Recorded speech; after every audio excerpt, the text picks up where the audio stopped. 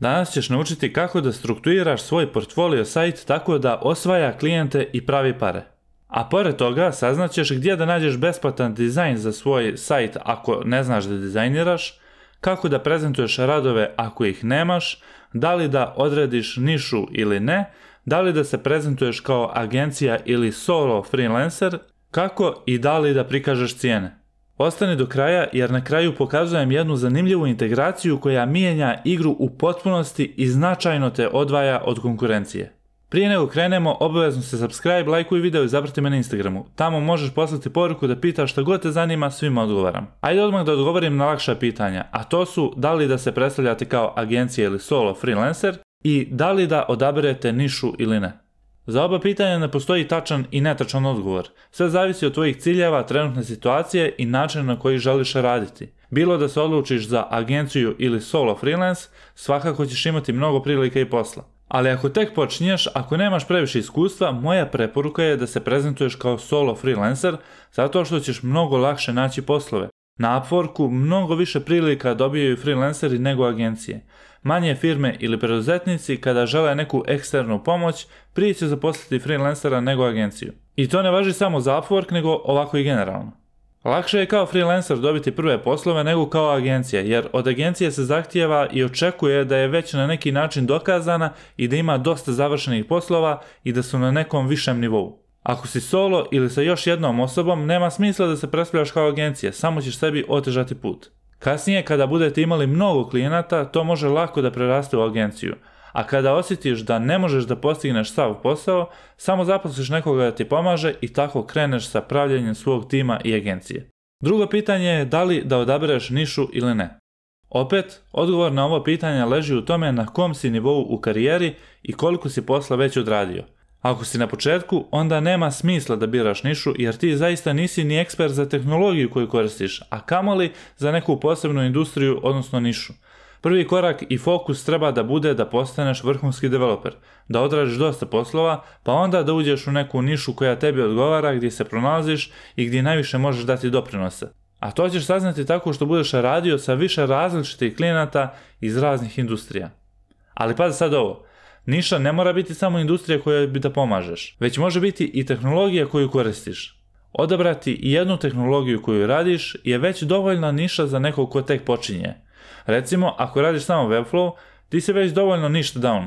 Zato je bitno da ne radiš milion stvari, odaberi jednu i fokusiraj se na to. Budi ekspert samo za Webflow recimo. Konačan odgovor na pitanje da li ti treba niša u smislu industrije jeste ne, posebno ako tek počinješ. Ali bitno je da odabereš jednu tehnologiju za koju možeš reći da si ekspert, čak i ako na početku to možda nije potpuna istina. A sada da vam pokažem kako da napravite strukturu vašeg portfolio sajta tako da posjetioce konvertujete u klijente. Najvažnija stranica vašeg sajta je početna stranica, odnosno homepage. Tu treba da posvetimo najviše pažnje. Sve što sada budem pokazao radimo zbog toga da izgradimo autoritet, kredibilitet i povjerenje. Veoma je bitno kako rasporedimo sekcije, kako napišemo tekst, kako predstavimo sebe i svoje radove. A uz to postoji još par veoma jakih trikova koje ću vam pokazati kasnije. Ono što posjetilac sajta prvo vidi kada uđe na sajt, to je najvažnije i to moramo napraviti što bolje. Taj dio sajta zovemo hero sekcija ili above the fold sekcija, a sve ono što se inicijalno ne vidi kada korisnik uđe na sajt, to se zove below the fold. Glavni cilj hero sekcije je da kaže tačno čime se baviš, kome i kako pomažeš, odnosno koju uslugu pružaš, kome i na koji način. Pa ajde da vam to pokažem kroz primjer. I evo ovdje imamo skicu jednog sajta, odnosno wireframe, i kao što možete vidjeti imamo tu header, imamo hero sekciju i imamo ove ostale sekcije koje ćemo sada sve da objasnimo. Ali ajde da krenemo od hero sekcije jer smo rekli da je ona najvažnija. Hero sekcija se sastoji od par veoma bitnih komponenti. To su glavni naslov, kratak tekst koji opisuje uslugu, CTA buttons i imamo sa desne strane fotografiju i ovdje jedan mikro proof.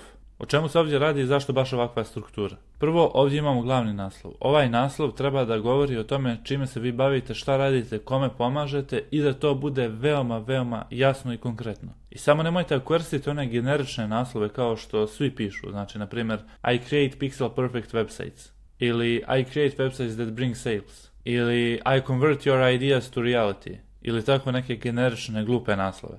Znači napišite nešto konkretnije. Ne mora to biti nešto wow, nešto specijalno, ali samo nešto što ne piše svako. Nemojte reći recimo I build beautiful Webflow websites, nego recimo I build client first Webflow websites that load fast. Recimo tako nešto. I to nije sad ništa specijalno, nije ni to rečenica neka koju bi neki copywriter napisao ono da je brutalno. Ali to je bolje nego I build beautiful Webflow websites. Tek kasnije, nakon nekog vremena, ako odaberete neku specifičnu nišu, tek tada možete da napišete neki naslov koji je konkretno za tu nišu i gdje vi tačno pogađate u srž ono što treba. Bez niše to je malo teško napraviti. Samo izbjegavajte generične naslove. Onda pored naslova imamo tu jedan kratak tekst koji bi trebao da opiše kako vi pružate tu uslugu. I ajde tu vi možete biti slobodni i napišete nešto malo duže od naslova, nešto što je 2-3 rečenice, tako nešto. Onda imamo dva CTA buttona. Šta je CTA? CTA je call to action, znači ono što želimo korisnik kada dođe na sajtu da uradi, to su dvije stvari. Prvenstveno i prva i primarna stvar jeste da zakaže poziv sa nama, kako bismo sa njim pričali i pokušali da mu prodamo našu uslugu. A druga stvar koju mi želimo da on uradi jeste da pogleda naše radove. Jer ako pogleda naše radove, da se uvjeri da smo mi prava osoba za njega. Zato se ova dva buttona zovu primary CTA i secondary CTA, znači primarni i sekundarni. I sad primarni može da ima let's talk, let's chat, ili ne znam, schedule a call, book a 15 minutes fit call, tako nešto. A ovaj drugi može biti view project, see my work, see 3 flagship projects, check my work ili tako nešto. Znači prvi je za zakazivanje poziva, a drugi je da pogledaju vaše projekte. A sa desne strane idealno bi bilo kada biste ovdje postavili svoju sliku i slika služi da gradi povjerenje. Jer čovjekov mozak je tako programiran da vjeruje mnogo više kada vidi osobu koja se tu nalazi i onda zna da je neka stvarna osoba iza ovog sajta, zna kako izgleda, praktično se pogledate u oči ovdje, znači nije neko ko se krije, znači već ste bliži i već se više znate kada se vidite, to jest kada klijent vidi tebe. Ili ne mora nužno ta slika bude hero sekcija ako ne može zbog nekog specifičnog dizajna. Može biti na about stranici ili ako na početnoj stranici ispod imate neku about sekciju pa tu ubacite sliku. Ali je vrlo bitno da svoju fotografiju imate na sajtu. Idealno u hero sekciji. I na kraju ovdje možete da imate neki microproof, to je recimo može biti jedan testimonial od klijenta, logo i kompanija sa kojima ste radili, badge-evi, recimo ako ste na Upworku top rated, ukupna ocjena sa Upworka ili sa nekog drugog servisa ako imate, broje projekata koje su uradili ili tako nešto. Znači neki mali microproof koji dokazuje ovo što vi ovdje pričate. I ajde da vam pokažem nekoliko hero sekcija kao primjer, da vidite kako izgledaju. I evo recimo ova hero sekcija. Ima sve, bukvalno. Znači imamo Webflow lead for leading agencies, znači tačno piše šta on radi i za koga radi. Ima microproof, evo ga tu, ima call to action, ima opet microproof tu, ima svoju sliku, ne znam sam to pomenuo, i ima tu kao neke radove koji se vrte. Bukvalno lik ima sve što smo pomenuli. Evo, na primjer, ovo je dobar primjer hero sekcije. Sad, dizajnerski da se nekom sviđa ili ne, to je druga priča. I evo još jednog primjera dobre hero sekcije, opet fotografija developera je tu. Sa desne strane piše Building custom websites with a strong return on investment, to je malo se generično, ali nema veze. Onda imamo, dobro, tu imamo ovaj više dizajnerski, estetski detalj, ovo što se vrti tu, taj marquee. Sad ono što ovdje nema, nema microproof, nema neki kratak opis ili tako nešto i nije jasan CTA, to jest nema ga u hero sekciji, ali zato postoji ovdje strategy call. Znači, i veoma lako se vidi. Recimo, ako imate ovako CTA, ako imate mali meni i ovako CTA gore, koji je jasno vidljiv, onda ne mora nužno da i ovdje on postoji. Uglavnom, hoću da vam kažem da ne mora hero sekcija biti full 100% onako kako sam ja rekao i kako sam napravio ovdje na wireframe-u. Ne morate sve to tako bukvalno da shvatate i to vam prikazuje ovaj primjer ovdje. I vidite kako dizajnerski to može biti riješeno na neki malo drugačiji način. I evo da vam pokažem odličan primjer hero sekcije i to sa mog Webflow kursa. Ovo je Mikse dizajnirao i imamo bukvalno sve elemente. Imamo naslov, imamo kratak opis, imamo dva CTA buttona, imamo microproof i imamo tu fotografiju. Znači imamo bukvalno sve ono što sam ja naveo kroz onaj wireframe. Evo još jednog primjera. Imamo naslov, imamo kratak tekst, imamo CTA button, imamo microproof i imamo njegovu fotografiju. Evo još jednog primjera. Imamo naslov, imamo tekst, imamo button i imamo fotografiju. S tim što ovaj tekst i nije neki. Evo još jedan primjer. Imamo naslov, tekst onako nije neki. Imamo tu microproof, znači to je testimonial ako vidite. Imamo tu još jedan microproof. Imamo portfolio CTA i imamo hire me. S tim što bih ja ovo obrnuo, znači da je hire me primarni, a da je portfolio sekundarni. I eto, to je to što se tiče hero sekcije. Sada vam je jasno kako da napravite strukturu hero sekcije tako da bude povoljna za vas i da konvertujete posjetioca u klijenta. E sad, sve ovo što smo mi rekli u hero sekciji treba na neki način da dokažemo u sljedećoj. Znači, zato nam služi testimonials sekcija. Mjesto gdje ćete vi predstaviti iskustva vaših klijenata kako je njima bilo kada su radili sa vama. Ova sekcija je izuzetno važna za izgradnju povjerenja i mora biti pažljivo urađena jer testimonijale je vrlo lako fejkovati i klijenti to znaju. Tako da treba da se potrudite da budu pravi i da budu što uvjerljiviji, da imate sliku osobe koja vam je dala testimonijal, da je u pitanju stvarna kompanija, da mogu lako da se nađu kad se googla. Znači, vrlo je bitno ako neko vidi nečije ime i kompaniju da možete izgoogla i da pronađe tu osobu. A šta ako nemate testimonijale? Ako nemate testimonijale, najbolje da ih ne stavljate. Znači, nemojte ih fejkovati. Ali ako ste ikada za bilo koga uradili bilo kakav posao, znači najmanju sitnicu, pitajte ga da vam napiše testimonijal i da to postavite na sajt. Znači, većina ljudi će to da vam učini. I ne mora ih biti mnogo, znači može čak jedan ili dva ili tri. Sve je dobro za početak. Bitno je da imate ove testimonijale i treba da se istimate nekako da ih nabavite. Cilj ove sekcije je da potencijalni klijent povjeruje da ste dobri i izgradite povjerenje. Odnosno da smanjite rizik saradnje sa vama. Znači, to je cilj ove sekcije. Idemo dalje. Sad, posle tih testimonijala imamo projekte. Znači, i ovo su projekti koje ste vi radili. Sad, ako bismo mi kliknuli View Projects, on bi vas scrollovao dolje, recimo, do ove sekcije, gdje biste vi pokazali vaše projekte. Sad, tu idealno da ima od 3 do 8 vaših najboljih projekata. Ne bi valjalo manje i ne bi valjalo više. Manje zato što je premalo, a ne bi valjalo više zato što bi bilo overwhelmed, znači preopteretili biste osobu koja gleda i mislim da je to previše i nepotrebno. Bolje je da manje projekata predstavite na pravi način i odaberete vaše najbolje projekte, nego da natrpate sve moguće što imate. Sad, šta je ovdje bitno? Ovdje je veoma bitno da ne postavite samo ovako ove blokove i to je to. Kao, to su projekti, nema ništa, mogu da se pogledaju linkovi, mogu da se pogledaju screenshotovi i to je to. Vi zapravo ovdje treba da ovo ne bude klasičan kao portfolio, nego da bude case studies. Znači da vi za svaki rad koji ste radili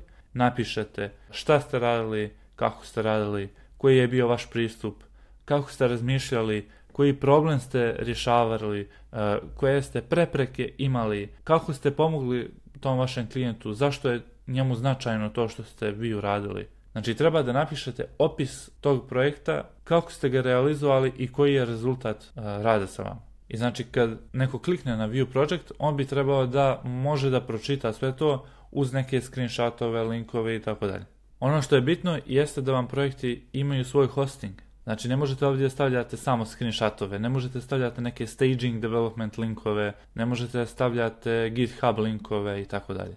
Znači to je sve ono što ubija povjerenje. Naravno vi možete da odradite sve to tako polovično, ali to vam smanjuje šansu da dobijete klijenta. Što bolje i preciznije i više truda uložite u detalje, to je veća šansa da dobijete klijenta. Ne postoje ovdje neka pravila šta smiješ, šta ne možeš, šta možeš, šta ne možeš, šta smiješ, šta ne smiješ. Ovdje se radi o šansama. Ako se manje potrudite, manje su vam šanse. Ako se više potrudite, veće su vam šanse. Znači, projekti trebaju imati hosting i domen, da to izgleda fino. A zašto pominjem hosting i domen? Normalno će svi klijenti kojima ste radili imati hosting i domen. Ali šta u situacijama kada nemate klijente i nemate šta da prezentujete? Onda treba da izmislite klijente. Bukvalno možete dođete na ChatGPT, opišete ChatGPT-u čime se bavite i kažete mu pretvaraj se da si klijent i napiši mi brief i scope za projekat na kojem treba da radim. I on vam to sve napiše kao da vam je klijent poslao šta mu treba. I vi onda napravite projekat oko toga. I taj projekat prezentujete na vašem sajtu.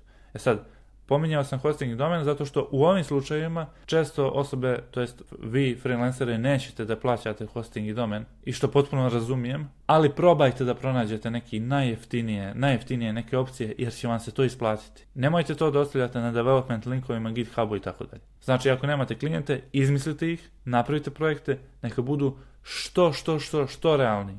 I možete čitav case study da napišete. Čitav case study. I ne varate vi tu nikoga. Vi tu samo dokazujete svoje znanje na taj način. I na kraju case studija, na dnu negdje možete, čisto ako želite, nekim sitnim slovima napišete da to nije realan klijent. Ali čak ne morate. Eto, to je to što se tiče portfolija. Idemo dalje. Ovdje imamo services sekciju. Vi ste u Hero sekciji rekli sve praktično. Vi ste u Hero sekciji rekli čime se bavite u onom glavnom naslovu, pa ste imali onaj manji tekst također gdje ste to dodatno opisali, pa imate i dugme da se pogledaju radove, pa imate microproof, neki mini testimonial ili neki badge ili tako nešto, imate vašu sliku, imate sve. Sad sve to iz Hero sekcije, kao što vidite, idemo dublje i dublje. Znači, i onaj microproof, pa imate testimoniale, pa view my work, pa imate portfolio, pa čim se bavite, pa onda ovdje imate services. Sad, svaka ta sekcija služi da detaljnije opiše sve ono što ste vi rekli u Hero sekciji. Znači, sada smo stigli do services i tu vi opisujete detaljnije čime se bavite. Znači, ovdje već korisnik je duboko zainteresovan i već je odlučen da nastavi da čita i ovdje već možete vidjeti da se raspišete o tome koje usluge pružate. Recimo, ako pružate design i development, onda napravite da to bude tako, da pružate design i development. Ako pružate design i development SEO, onda napišete o tim uslugama. Ako pružate design, development, social media, SEO, napišete o tim uslugama. Samo nemojte pretjerati. Znači, 2-3 usluge su ok, preko toga mislim da je to onda previše i da ćete tu izgubiti povjerenje, jer će klijent pomisliti kako je moguće da ovo jedna osoba zna. Na početku možda je i najbitnije da se držite jedne ili dvije usluge, znači design i development ili samo design. Onda kada prikažete vaše usluge, na redu je da objasnite kako vi te usluge pružate, odnosno da objasnite vaš proces. I evo ovdje ima sad ta neka sekcija kako je napravljeno u wireframe-u. Recimo da pravite sajt, prve sedmice kao imate neki poziv s klijentom, onda radite wireframing, onda dalje radite design recimo i posljednje 2 sedmice radite development i na kraju posljednje sedmice radite recimo testing. Uglavnom bitno je da vi ovdje otprilike opišete proces i kako će izgledati taj čitav put od početka do kraja projekta sa vama. Šta će klijent da očekuje, kroz koje korake će on da prođe za recimo mjesec, 2, 3, koliko bude sarađivao sa vama. Da otprilike zna kako vi funkcionišete i koji je vaš način rada. Znači, to je cilj ove proces sekcije.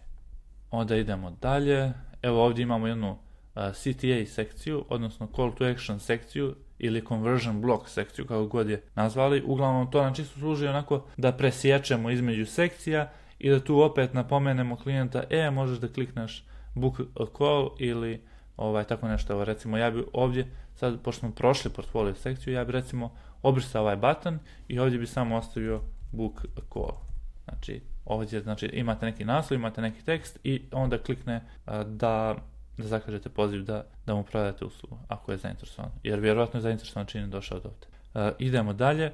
Imamo sada expertise and stack sekciju. Znači, ovdje možete da opišete malo tehnički za ljude koje to zanima šta vi radite pomoću kakvih alata. Znači, ovdje napišete recimo koristite Webflow, koristite Figma, pišete JavaScript ili šta god od tih alata koristite, programskih jezika. Znači, čim god se bavite, ovdje možete tehničke stvari da opišete, jer postoje klijenti koje to zanima. Također, ako imate iskustvo u nekim specifičnim industrijama, i to možete da ispišete ovdje. Ova sekcija ne mora da izgleda ovako, može da izgleda bilo kako. I ja ću vam sad kasnije pokazati kako da generišete ove sekcije u skladu sa onim šta vama treba. Idemo dalje. I ovdje recimo imamo blog sekciju i ajde tu da kažemo da je ta blog sekcija čisto služi da izgradite malo više kredibiliteta i autoriteta. Znači, vi ste tu pisali, vi ste ekspert u nekoj oblasti, vi ste pisali neke tekstove na temu kojom se bavite. Znači, ovdje imamo 3 posljednja blog posta, to nije baš bitan dio ove početne stranice, tako da je tu pri dnu početne. Uglavnom tu ubacite nekoliko teksta i dalje imamo footer, gdje smo postavili sve linkove koje imamo na sajtu i bitno je da ovdje postavite i recimo neke važne blog postove. Ovdje je to bitno zbog SEO-a, zbog crawlinga sajta i tako dalje. I sada kada imamo strukturu ove početne stranice, ajde da vidimo kako bismo napravili navigaciju i šta bi ona sadržala. Znači navigacija vam je zapravo ovaj header tu i ajde da vidimo čega se sastoji taj header. Znači imamo vaš logo, mogu biti vaše inicijali ili može biti vaše ime ili tako nešto, ne morate to da komplikujete previše i da plaćate dizajnera ili tako nešto. Onda imamo menu, odnosno navigaciju, imamo home ili možete ukloniti home jer kad se klikne na logo to vas vodi na home, a možete i ostaviti kako god.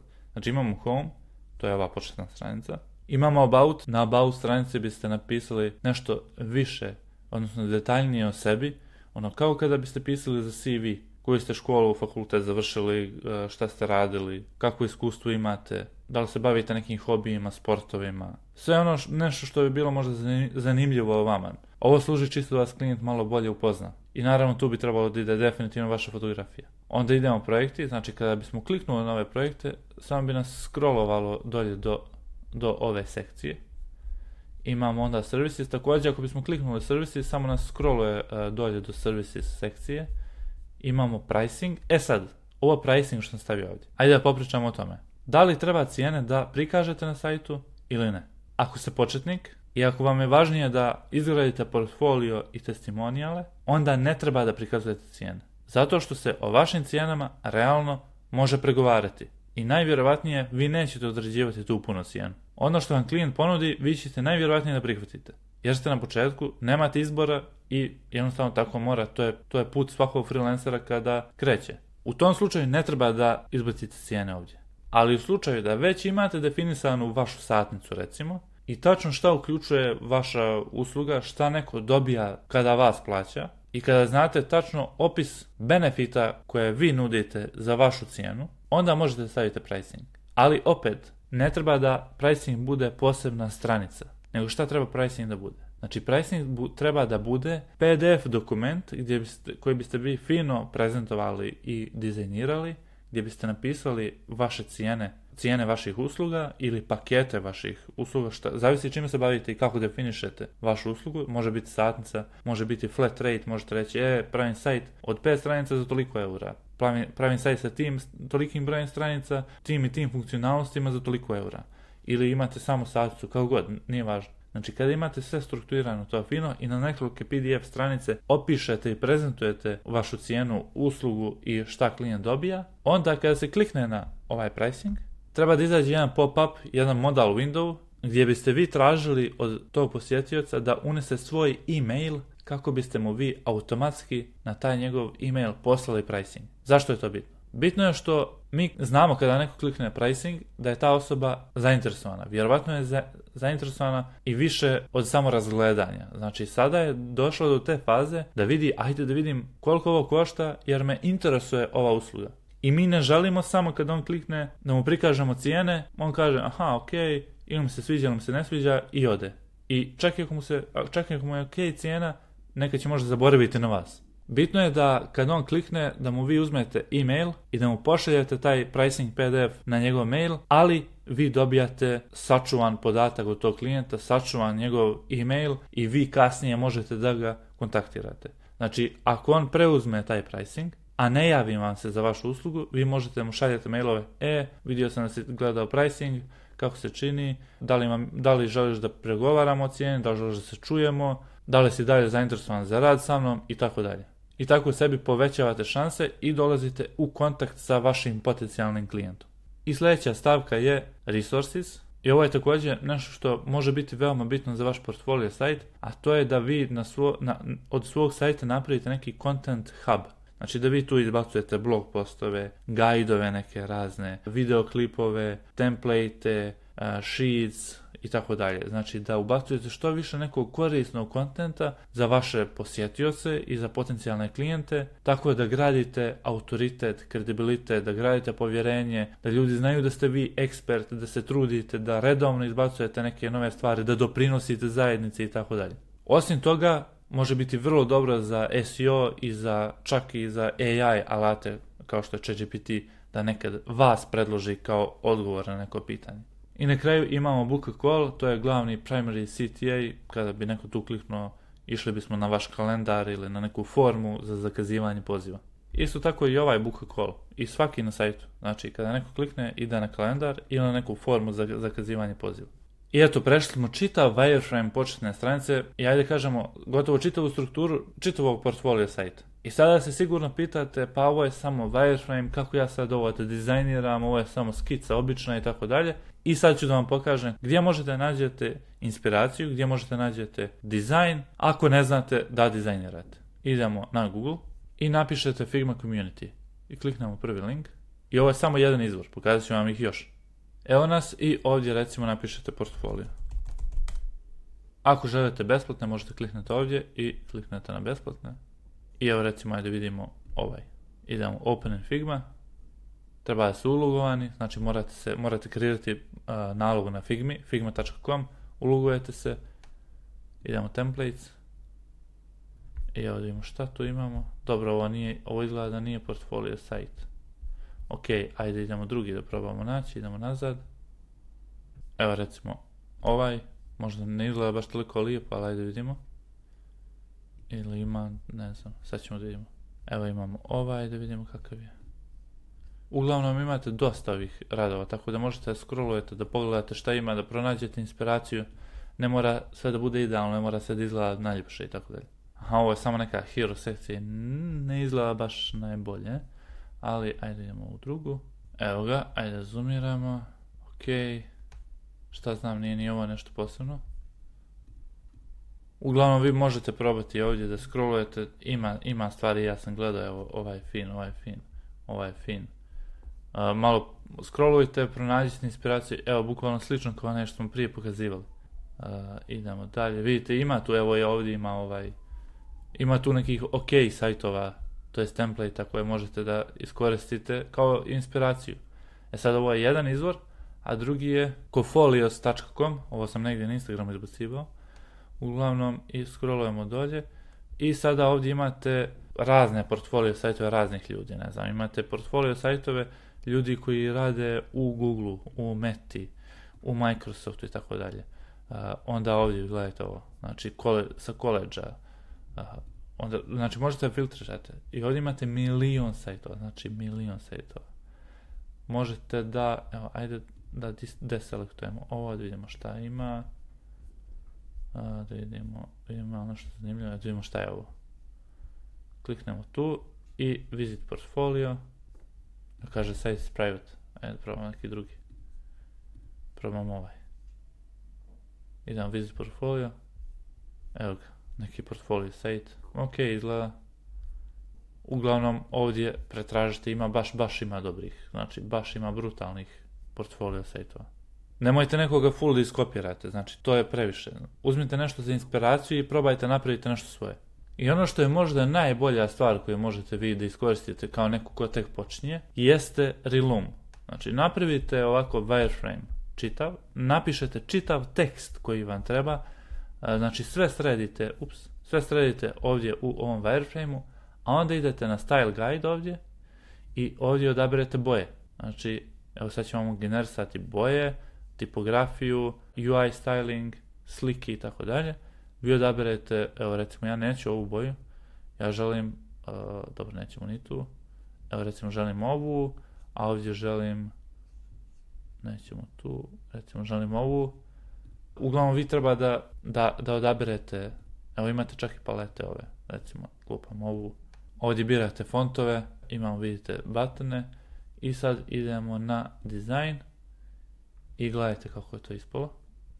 I sad ovdje kad biste vi ubacili vašu sliku, to bi izgledalo ok, znači ne bi, i sad tu vaše slike portfolio radova, to bi bilo ok, vidite tu je malo nešto, nije baš takva sekcija, nije baš najbolja, ali šta znam, možete da kliknete tu i vidite.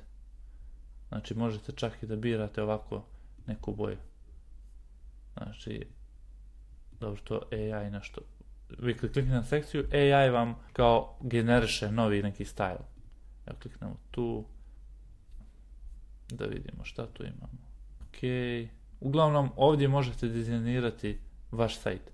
I kada završite sa dizajnom, Znači kada imate sve ovo gotovo, onda možete da idete export i da ovo eksportujete u Figmu.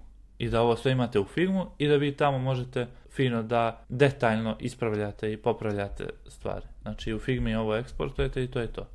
I onda naravno dalje treba ovaj dizajn da pretvorite u vaš sajt. Da idete na Webflow ili da iskodirate ili na WordPress ili bilo šta. Ono što je bitno jeste da ne koristite previše animacija, da mogu neke smooth jednostavne animacije, ali nemojte ono nešto previše da leti, da se pomjera i tako dalje. To samo pravi distrakciju korisniku. Ajde sad da vam pokažem kako da zapravo napravite onaj wireframe uz pomoć AI-a, odnosno prompta koji sam ja koristio za wireframe. Registrujete se na reloom.io i onda idete ovdje New Project. I ovo sve možete da uradite sa besplatnom verzijom. Ovdje ćemo stavimo da koristimo samo za jednu stranicu, to jest napravit ćemo samo jednu stranicu. Ok, engleski, to je to. I sad ću da pastujem ovdje tekst koji sam sastavio. Pastujemo tu i ovo ću vam ja ostaviti u opisu videa da vi možete kopirati. Znači, here's my website homepage structure, idemo prvo header, navigacija, ovdje napišete šta želite da imate u headeru, znači imamo logo, imamo meni se sadrži od ovih stvari, znači od ovih itema, imamo tu i taj pricing, imamo i CTA button. Onda ispod headera imamo hero section, imamo eyebrow text, to vam je iznad naslova sitni tekst da piše na primjer hey, I'm Lazar i onda ova kao ruka koja pozdravlja kao. Onda imamo main heading, to vam je unique value proposition ili unique selling proposition, znači to vam je glavna rečenica sajta koja zapravo treba da kaže ono što smo ranije pričali, čime se bavite, za koga, kako pomažete i tako dalje. I ovdje sam ja sada nešto napisao, neku rečenicu.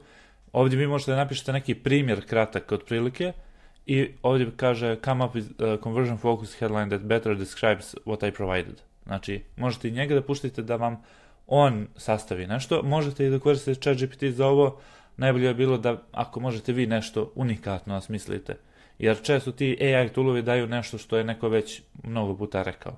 Onda ide rečenica short service description text below heading, onda imamo primary CTA button text, imamo ovaj button, onda imamo secondary, imamo see work, znači ovdje book a call, ovdje see work, onda imamo my portrait picture, znači vaša slika, i imamo micro proof, znači da li je to testimonial badge, number of clients ili tako nešto. Onda imamo testimonial sekciju, evo ovdje napiše 3 testimonial boxes, možete staviti više manje kako god. Onda imamo case study sekciju, napišemo koliko ih tu želi, koliko tu želimo njih. Onda imamo my services and process section i ovdje sam napisao dvije usluge, na primjer za ovaj moj slučaj, znači design i development marketing sajtova. I onda imamo explaining my process, ovako proces, i to in 5 steps, discovery call, planning timeline, i onda imamo conversion block, to je ono, pričali smo sve o tome. Onda imamo expertise and stack section, šta koristimo, znači Figma, Webflow, JavaScript, other tools I use are, i onda dalje nabrajamo neke alate koje dalje koristimo. I onda ovdje kao expertise sa kojim industrijama sam radio i tako dalje.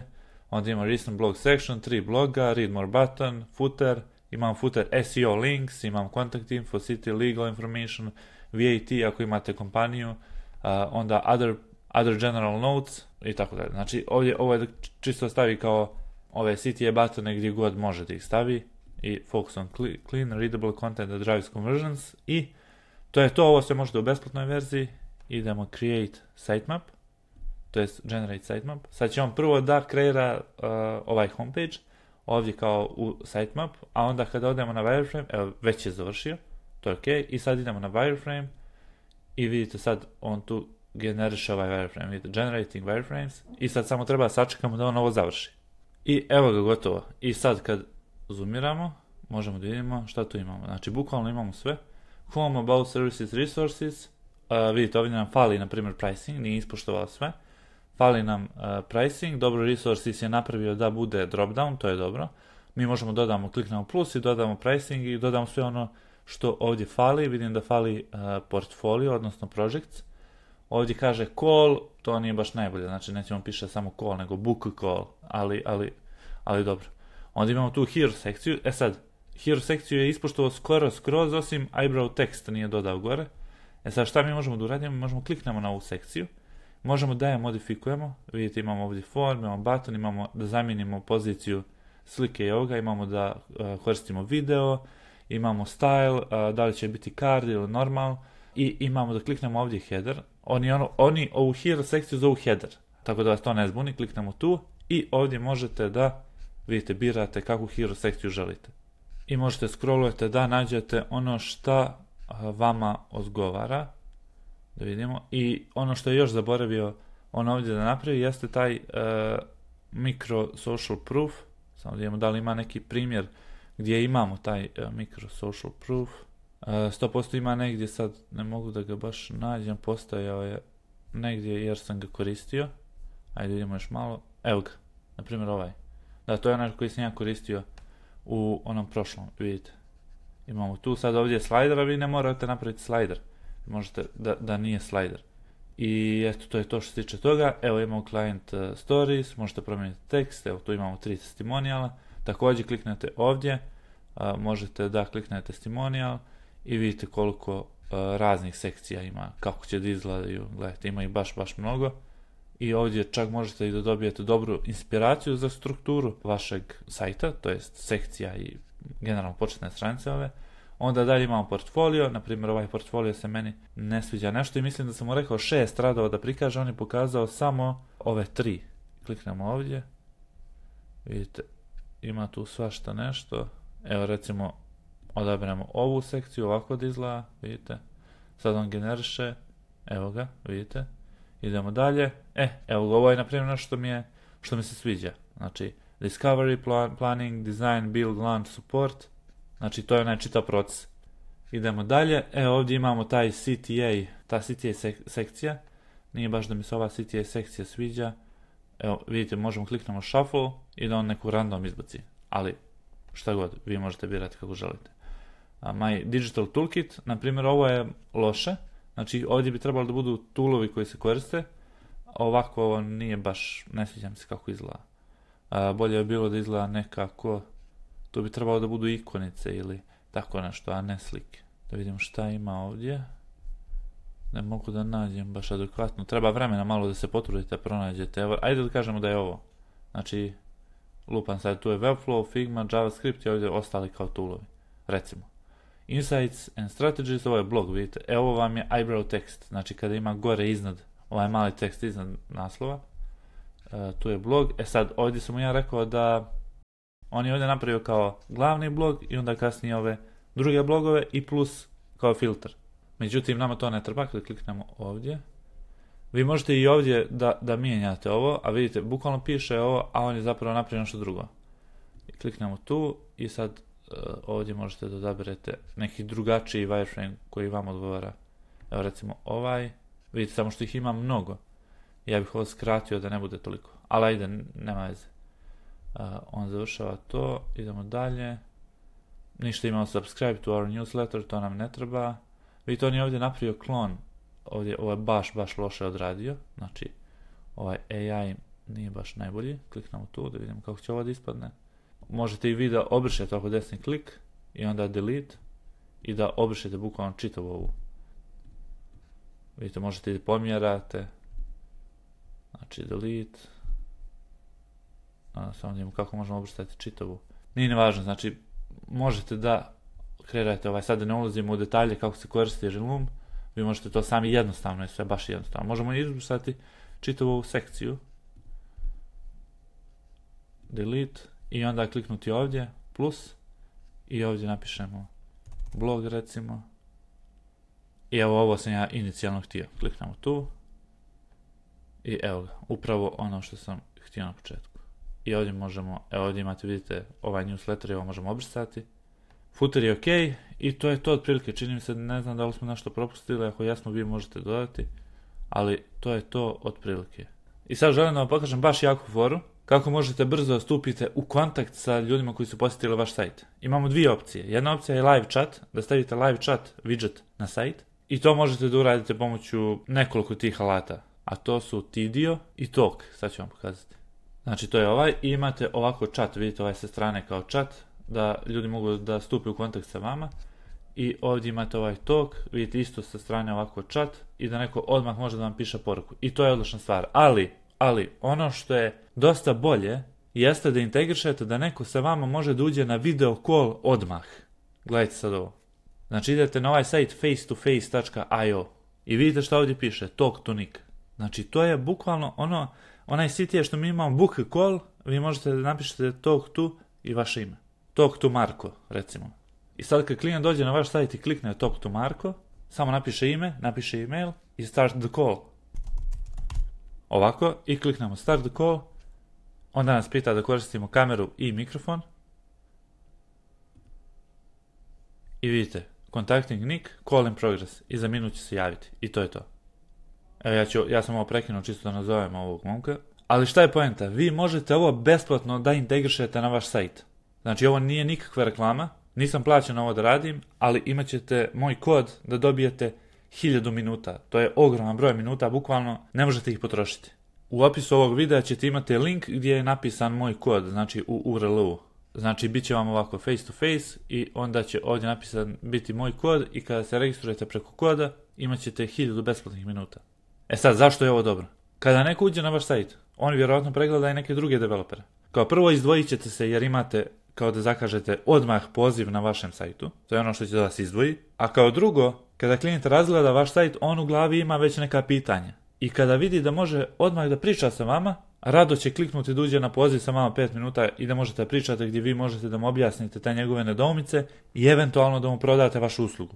Znači ovo mnogo skraćuje put, znači nema kalendar da oni zakažu poziv pa da se čujete za nekoliko dana, nema ono kao da napišu informaciju o svom projektu pa da ih vi kontaktirate i tako dalje, nego bukvalno odmah idete na poziv. Vama na telefonu ili gdje god stigne notifikacija da vas neko zove, vi uđete, pričate i to je to. Ovo se vrlo jednostavno integriše, znači idete na face to face i sa ovim kodom, idete get started i ovdje idete sign up on my website, ovdje napišete vaše ime, prezime, stavite email, onda će vas pitati domen vaš da dodate, ajde ja ću to odraditi. Evo ga, ovdje napišete domen vašeg sajta,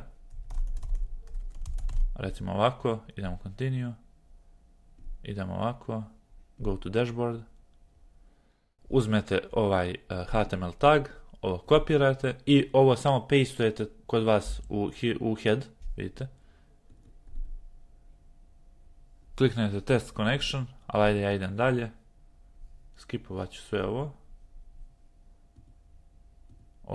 I vidite kako to izgleda. Vidite, možete ovdje podesiti kako će to da izgleda. Idemo dalje. Zapravo izaći ću odavde. Znači kad setupujete to, onda imate vaš dashboard, imate traffic, imate session, imate video klipove, imate posjetioce, imate history, svašta imate tu settings, znači bukvalno je tool vrhunski.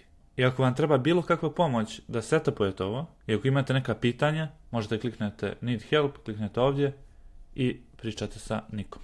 Mada vrlo je jednostavno za setupovanje, tako da vjerujem da ćete uspjeti. I eto, to je to što se tiče ovog videa, nadam se da ste naučili nešto novo i vidimo se u sljedećem. Pozdrav!